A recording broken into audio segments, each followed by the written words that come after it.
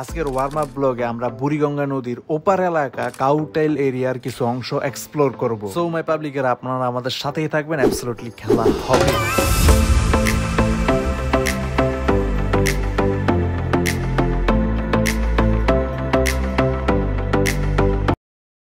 কোন এক রাতে আমরা 3 বন্ধু মিলে একটা বিশাল বড় ধরনের আকাম করে ফালাই, এন্ড সেইটা বাসায় জানাজানি হয়ে যায়। এই কারণে সকাল সকাল আমাদের 3 জনের বাপ মা ঘর থেকে অতি সম্মানের সহিত ঘাড় ধাক্কা দিয়ে বের করে দেয়। এখন কোথায় যাব কিছুই বুঝতে পারতাছিলাম না, কিন্তু আমাদের পকেটে মিলাই ঝিলাই দেখলাম প্রায় 1.5 কোটি 150 টাকা ছিল। তো আমরা প্ল্যান করলাম এই বিল্ডিং এর এলাকা ছাইরা কোনো এক গ্রামীণ পরিবেশে হাওয়া বাতাস খাইয়া আসি, কারণ কপালে আজকে বাড়ি ঘরের বাদ নাই। যে আকাম করছি, তো কি আকাম করছিলাম সেটা ব্লগের লাস্টের দিকে বলতাছি। তো মাই পাবলিকেরা এখন আপনারা সাবস্ক্রাইব করে ব্লগটা কন্টিনিউ করেন উইথ লারা চারা চিনি ছাড়া। আসসালামু আলাইকুম, কি অবস্থা public? Welcome back to another brand new vlog. এই জায়গাটা হইলো নারায়ণগঞ্জ বুড়িগঙ্গা নদীর ফতুল্লার গুদারাঘাট। তো নদীর ওই পারে হইলো কাউটাইল এলাকা, যেখানে আপনি গ্রামীণ পরিবেশ পাইবেন এন্ড ভালো রাস্তাঘাটও পাইবেন। তো মাই পাবলিকেরা এখন আমরা এই জেট ইঞ্জিন বিশিষ্ট স্পিড বোটটি দিয়ে নদীটা পার হব।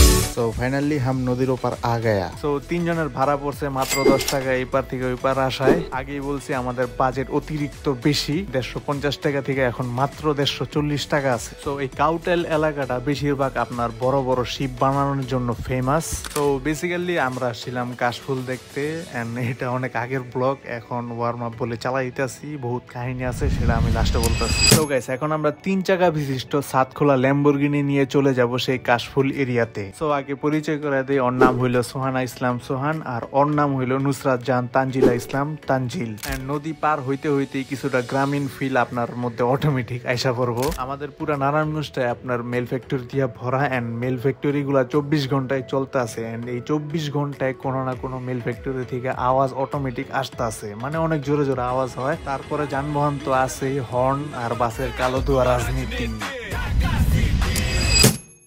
তো এই কেওয়াজ থেকে একটু রিল্যাক্স ফিল করতে আইসা পড়লাম গ্রামীণ পরিবেশে। তো আমরা যেখানে যাব ওইখানকার জায়গাটা খুবই নীরব, কোনো আওয়াজ টাওয়াজ কিচ্ছু নাই, মনে করেন পুরা রিল্যাক্স, আর যানবাহন তো খুবই কম।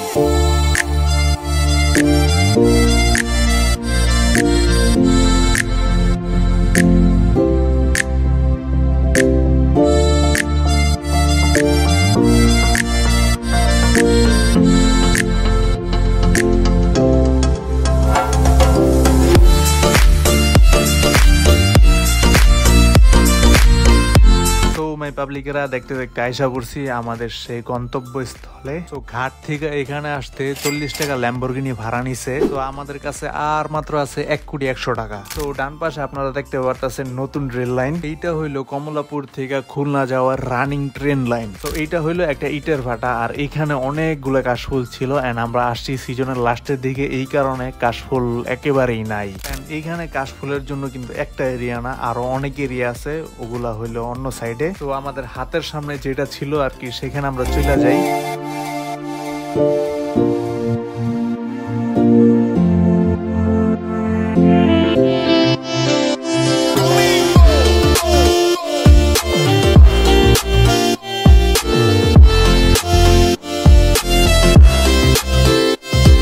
তো এইখানে কিছুক্ষণ স্পেন্ড করার পরে আমরা অন্য একটা এরিয়াতে চলে যাই।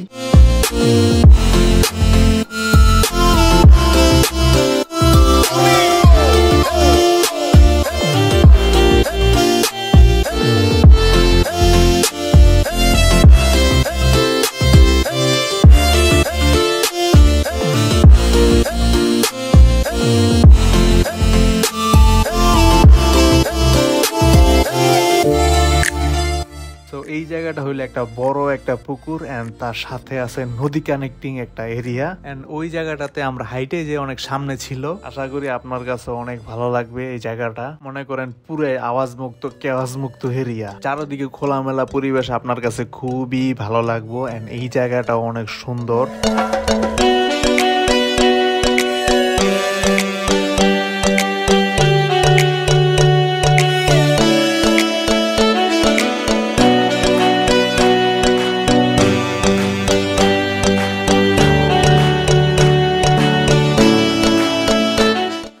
আমরা এই জায়গাটাতে অনেকক্ষণ বসলাম, অনেকক্ষণ আড্ডাও দিলাম।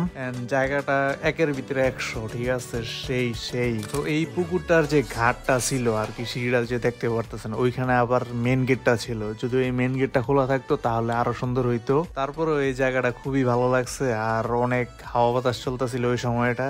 আর যারা ফতুল্লা পাইলট স্কুলের পুরানো স্টুডেন্ট ছিলেন তারা এই জায়গাটা ভালো করে চিনবেন, কারণ এইখানে আপনারা অনেক স্কুল পলাইছেন, অনেক হিস্টোরি আছে এখানে আপনাদের, আমি জানি।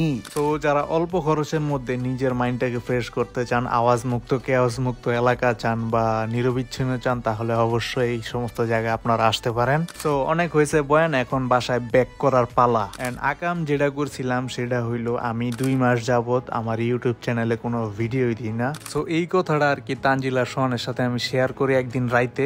এই কথাটাই ওরা ওদের বাপ মার সাথে শেয়ার করে, আর আমিও বাসায় শেয়ার করি। তারা তো পুরা ফায়ার হয়ে গেছে আমার উপরে, কারণ আমি 2 মাস যাবত ভিডিও দিতেছি না এই কারণে। তো আমাদের 3 জনের বাসায় তো পুরা দমে কেচাল লেগে যায় যে আমি 2 মাস যাবত ইউটিউবে ভিডিও কেন আপলোড করতেছি না। পরে আমাদেরকে সম্মানের সহিত ঘাড় ধাক্কা দিয়ে বের করে দেয়। মূলত আমার লাস্ট ব্লগ ছিল ইন্ডিয়া থেকে আইসা পড়ছি আজকে প্রায় 2 মাস হয়ে যেতেছে। তারপরে আমি একটু অসুস্থ হয়ে যাই, আর এই অসুস্থ হওয়ার কারণে কোনো ভিডিও টিডিও আসে না এতদিন। তো এখন থেকে কন্টিনিউ হওয়ার চেষ্টা করবো, আর ইন্ডিয়ার ব্লগ গুলা একটু আসতে লেট হইব। তো গাইজ, যদি আমার ভিডিও এডিট করার স্টাইল আপনাদের কাছে ভালো লেগে থাকে, যারা আর কি ইউটিউব ভিডিওর জন্য এডিটর খুঁজতেছেন অথবা কমার্শিয়াল ভিডিওর জন্য এডিটর খুঁজতেছেন, তারা অবশ্যই আমার সাথে কন্ট্যাক্ট করবেন। তো গাইজ, এখন আমরা নদীর ওই পারে চলে যাবো, এন্ড ভিডিও লাস্টের দিকেও চলে আসছি। এন্ড যদি ভিডিওটা ভালো লেগে থাকে তাহলে অবশ্যই হাই ওই হই করে একটু like comment share and subscribe করে দিয়েন। তো ভালো থাকবেন, অন্যকে ভালো রাখার চেষ্টা করবেন। বাই।